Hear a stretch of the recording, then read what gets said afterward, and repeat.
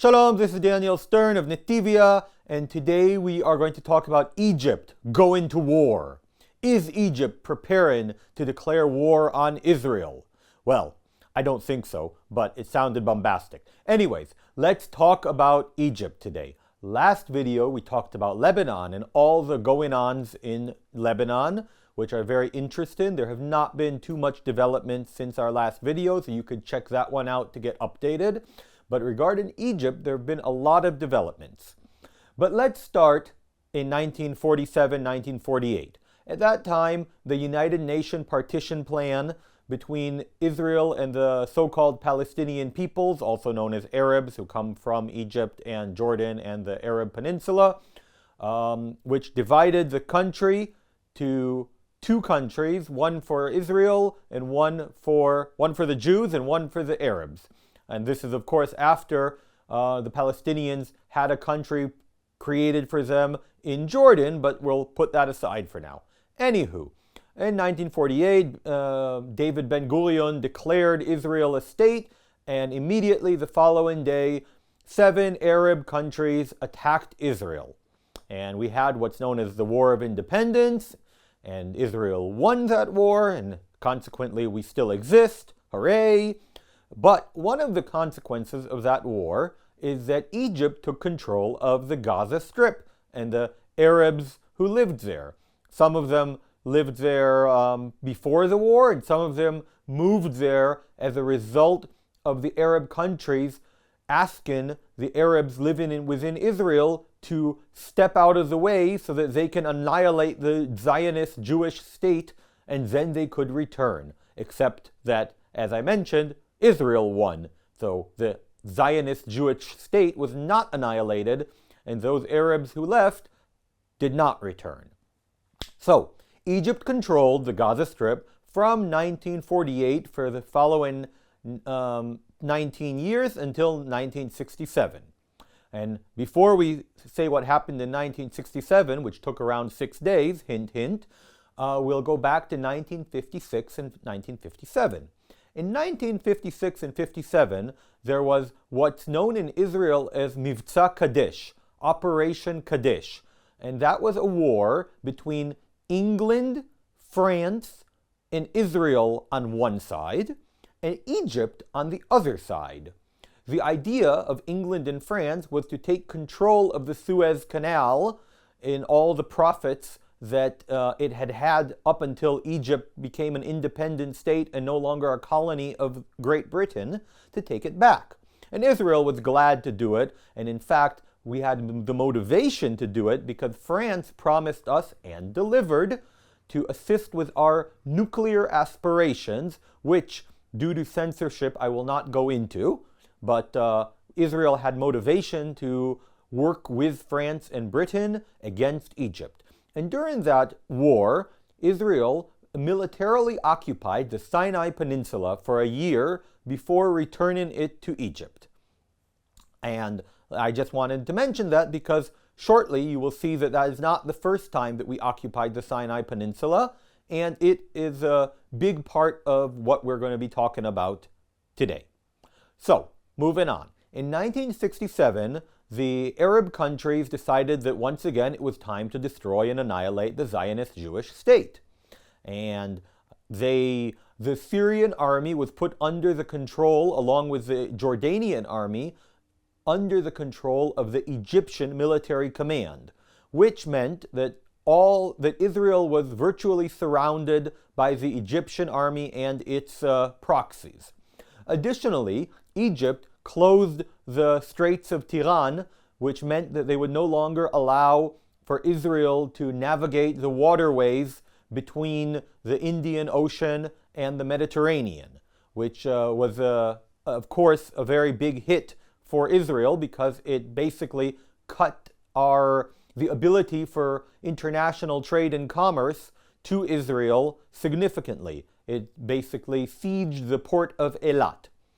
Additionally, the Syrian regime started diverting water from its Golan Heights and farther north above the Hermon Mountains so that they would not come to the Sea of Galilee, Lake Kinneret.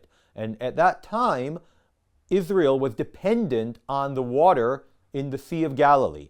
Since then, we have improved our water technologies so that we no longer require that for our essential survival. But at the time, that was tantamount to an act of war.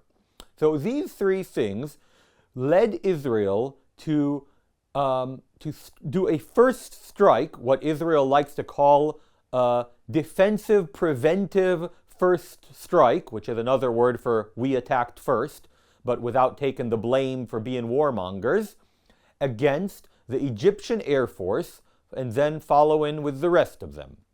And within 6 days, Israel had decimated its enemies and captured the Golan Heights, the Judea and Samaria, which by some is known as the West Bank, the Gaza Strip, and the Sinai Peninsula. And now we move 6 years forward to the War of 1973, the Yom Kippur War, in which Israel was attacked. This time, Israel was attacked first by the Arabs during the holiest day of the year, Yom Kippur, when the majority of Israel's armed forces were not in their bases, but home celebrating the holiday. It was obviously a well-planned attack. Nevertheless, Israel was able to turn the tides of war and once again pluck victory. And in fact, but it was a difficult war. We had many casualties. There was even the possibility that Israel would lose, and consequently Israel's nuclear capabilities that some people say we have and others say we don't, and again, due to censorship, we won't go into that, were put on alert. And as a result, the US and the USSR intervened to end the war. And once again, at the end of this war, Israel still controlled the Sinai Peninsula, the Golan Heights, and Judea and Samaria, also known by some as the West Bank. And now here's where we start moving up in modernity to our current time, but with a slight stopover in 1978 and up to 81. Between 1978 and 1981, we had what's known as the Camp David Accords and the Egypt-Israel Peace Treaty. It was the first peace treaty between Israel and an Arab country in the region, and the result of it was that Israel ceded the Sinai Peninsula back to Egypt, removed its air bases, removed 19 civilian settlements and 4,500 civilians, and so on and so forth. And whether it was a good thing or a bad thing is not relevant. We also gave back many oil fields in western Sinai, and so on and so forth. But here's the interesting part. One of the parts of the treaty spoke about what Egyptian forces are allowed to be in the Sinai Peninsula, since of course Israel was concerned about Egypt attacking, like the previous wars with Egypt, whether it's 48, 56, 67, or 73. So, in this agreement, it was decided that the Sinai Peninsula would be divided into 3 areas. And in the one area that was near the Suez Canal and farthest away from Israel, Egypt would be allowed to have 22,000 soldiers and 1 mechanized division. And in the other 2 areas that were closer to Israel, Egypt would only be allowed to have border police and no military units. Now, that is all well and good, and that's how it went for many, many years.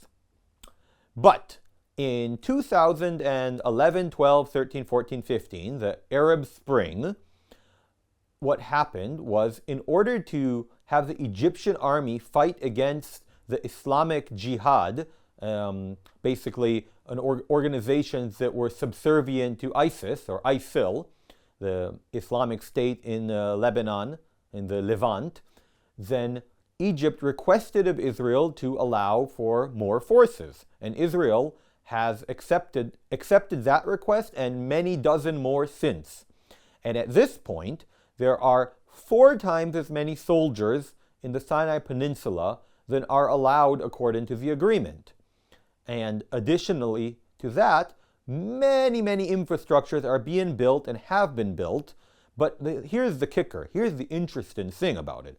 All of these infrastructures are offensive, and all of them are facing Israel. If someone were to look at them and say, what's that down there? They would say, oh, well, that is an offensive base, and based on its position, the enemy must be Israel, and not Bedouins in the Sinai. Not only that, but the forces in Egypt have anti-aircraft gear as well. And the Bedouins in the Sinai do not have aircraft. But you know who do? Israel.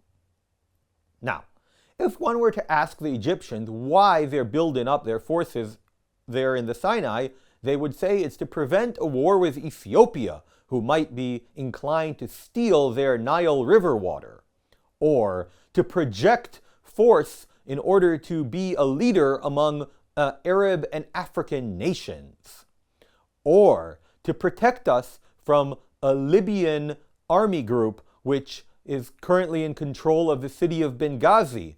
But on a side note, that group is actually an ally of Egypt. So none of those reasons hold any water, pun intended, and that being the case, we can only assume that their target is, once again, the Zionist Jewish entity. And if you want to take it even further, you can see that they have been pushing elite tank units to the border with Israel. And now one can say that that is in order to keep the Gazan civilians out of Egypt. And there might be merit to that, because no one wants the Palestinians in their country. They only cause trouble wherever they are. If you don't believe me, you can look up Black September and see the war between the Palestinians and King Hussein of Jordan that took place in the 60s. And the reason that Egypt does not want them is because they, the Hamas, are an offshoot of the Muslim Brotherhood, which is a fanatical religious terrorist organization in Egypt, which is opposed to the secular army dictatorship. Now, in theory, dictatorships and dictators are not a good thing, but there are some places in the world where democracy does not work, unfortunately.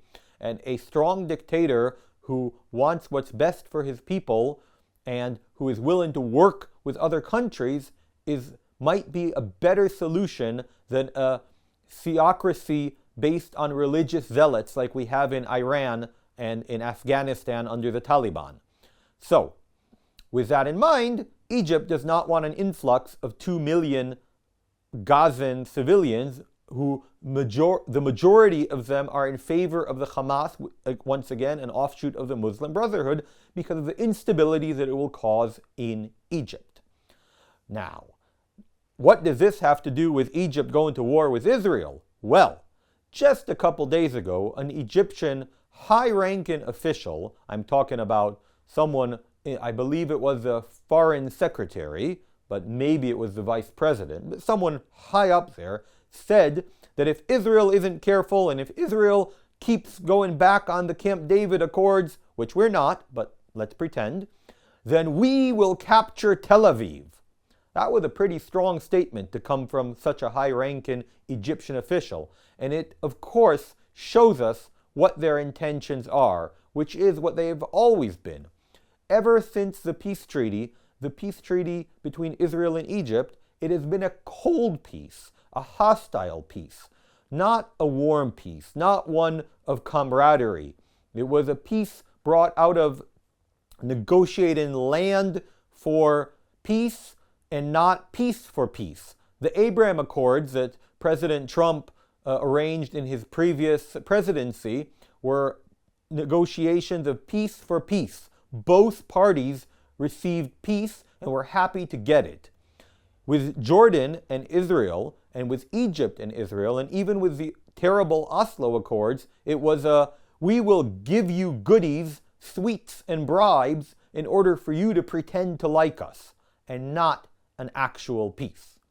So, we would like you to please share this, and please keep informed on what is going on in the world, because it is oh so important to see the truth for what it is, and not be blinded by legacy media. So, please click on like, click on subscribe, comment if you have any questions, and I'll be glad to answer them and share this with your friends. God bless you.